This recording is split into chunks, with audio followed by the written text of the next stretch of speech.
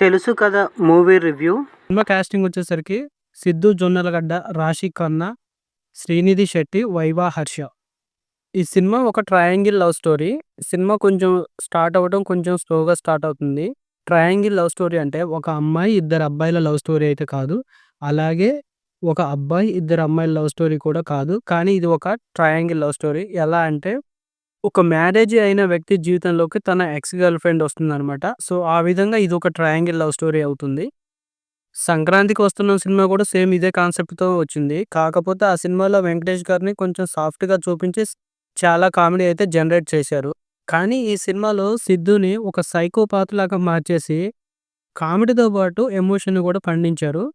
ఈ సినిమా చూసిన తర్వాత నాకు 'సిద్దు జొన్నలగడ్డ' బ్యాక్ టు టిల్లు అన్నట్లు అనిపించింది. సేమ్ అలాంటి క్యారెక్టర్‌లు పడితే సిద్దుని మించిన వాళ్ళు లేరని ప్రూవ్ చేసుకున్నారు. 'జాక్' సినిమా ఎంత డిజాస్టర్ అయిందో అందరికీ తెలిసిందే కదా!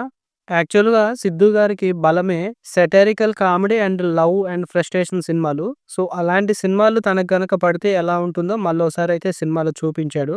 చాలా సెటిల్‌గా యాక్టింగ్ చేశాడు. యాక్టింగ్ పరంగా సిద్దు ఇరగదీశాడు. సినిమాలో ఆ క్యారెక్టర్ మీద ప్రెషర్ పడుతున్నప్పుడల్లా తను కొంచెం వైల్డ్‌గా బిహేవ్ చేస్తారనమాట. ఆ సీన్స్ మాత్రం సిద్దు గారు ఇరగదీశారు. డైరెక్టర్ కూడా చాలా గట్స్‌తోనైతే ఈ క్యారెక్టర్‌ని డిజైన్ చేశారు. ఎందుకంటే ఈ సినిమా డైరెక్టర్ ఒక లేడీ. అయినప్పటికీ కూడా ఒక మగాడు పడే బాధలను తాను ఒక సాఫ్ట్ కార్నర్‌తో చూపించారు. అలాగే వాళ్ళు కొన్ని సిట్యుయేషన్‌లో ఎందుకంత వైల్డ్‌గా బిహేవియర్ చేస్తారనే దాన్ని కూడా చాలా కన్విన్సింగ్‌గా చూపించారు. వైవా హర్ష గారి క్యారెక్టర్ కూడా చాలా బాగుంది. 'కలర్ ఫోటో' తర్వాత మంచి క్యారెక్టర్ పడింది వైవా హర్షకి. ఈ సినిమాలో సిద్దు మరియు వైవా హర్ష ఇద్దరి కూడా కన్వర్సేషన్ చాలా బాగుంటుంది. అలాగే యాక్టింగ్ పరంగా కూడా చాలా సెటిల్‌గా యాక్టింగ్ చేశారు. అలాగే హీరో, హీరోయిన్‌ల కాంబినేషన్ కూడా చాలా బాగా కుదిరింది. చాలా ఫ్రెష్‌గా కనిపిస్తారు.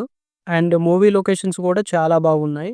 ఇంత మంచి కాస్టింగ్ కుదిరి హీరో, హీరోయిన్‌లు ఫ్రెష్‌గా కనిపించి దానికి తగ్గ మూవీ లొకేషన్స్ కూడా యాడ్ అయితే ఆ సినిమా అక్కడే సగం వరకు హిట్ అవుతుంది.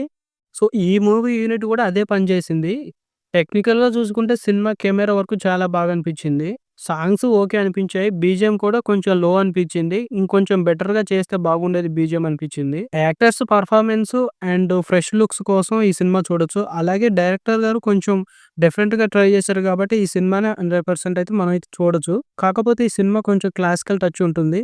మాస్ ఆడియన్స్‌కి పెద్దగా ఎక్కకపోవచ్చు గానీ క్లాస్ వాళ్ళకి మాత్రం ఈ సినిమా బాగా కుదురుతుంది. ఓవరాల్‌గా ఈ సినిమా అయితే నాకు చాలా బాగా నచ్చింది. మీకెలా అనిపించిందో కింద కామెంట్ చేయండి.